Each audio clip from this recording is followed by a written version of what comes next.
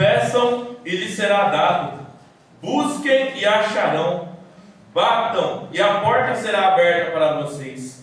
Pois todo o que pede recebe, o que busca encontra, e a quem bate a porta será aberta. Irmão, estava lendo esse texto e ele nos deixa um ensinamento muito grande. Um ensinamento que ele é fundamental para a nossa vida cristã. E que se nós queremos viver algo novo de Deus, se nós queremos viver transformação, nós precisamos ter esse princípio. Claro, irmão, que Jesus não está falando aqui que absolutamente tudo que você pedir, você vai receber. A gente tem que entender que essa passagem que eu li, ela faz parte de um discurso maior de Jesus, porque faz parte do Sermão do Monte, que pega o capítulo 5, 6 e 7. Para a gente entender o que de fato a palavra de Deus quer dizer, a gente precisa entender isso à luz do sermão inteiro de Jesus. O que ele está falando aqui é um povo que tinha medo de orar, um povo que achava que não poderia ter um relacionamento com o Pai. Então o que Jesus está dizendo aqui, irmão, é que você deve orar porque o Pai está te ouvindo, Ele ouve a sua oração. E que você deve confiar que o Pai Celestial ele é muito melhor que o seu Pai terreno. Irmão, Jesus deixa um princípio aqui, que a porta ela vai se abrir, mas a porta ela vai se abrir mediante uma condição, e essa condição é a oração, porque tudo acontece mediante a oração. Sabe, irmão, eu estava esses dias estudando a história da igreja, e estudando a história do movimento pentecostal, e esse princípio é tão forte que nos deixa o ensinamento dentro da própria história. Porque em 1906, irmão, havia um homem chamado William Seymour.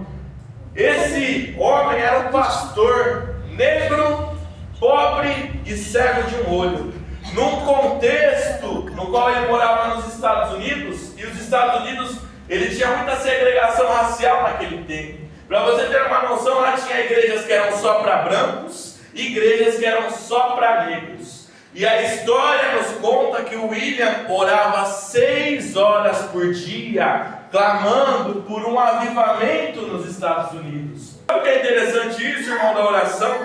Que a gente vai ter aqui os dons espirituais voltando no avivamento da Rua Azusa. Porque a história vai nos contar que antes do dom de línguas voltar, esse homem que morava de favor, hospedado em uma casa no bairro pobre de Los Angeles, ele foi fazer uma oração com a família que morava lá. Uma oração normal, de 20 minutos, mas que de forma sobrenatural durou 3 dias inteiros sem parar. E só parou porque o assoalho da casa não aguentou e caiu. E naquele dia teve batismo, línguas estranhas e os dons e o poder de Deus sendo manifestado naquele meio. E aí a partir disso começa o movimento pentecostal. E por que isso é interessante, irmão? Eu falei para vocês que era um homem pobre, excluído e rejeitado daquela sociedade.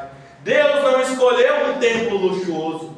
Deus não escolheu um templo cheio de tecnologia. Desde Atos até o ano de 1900 não se ouvia falar de batismo com o Espírito Santo, mas Deus escolheu aquele bairro pobre para derramar o poder dele. Irmão, não importa se hoje você se vê como um rejeitado, se você orar e confiar em Deus, Deus ele usa você na situação como você estiver, porque Deus não precisa que você esteja na melhor forma possível para te usar.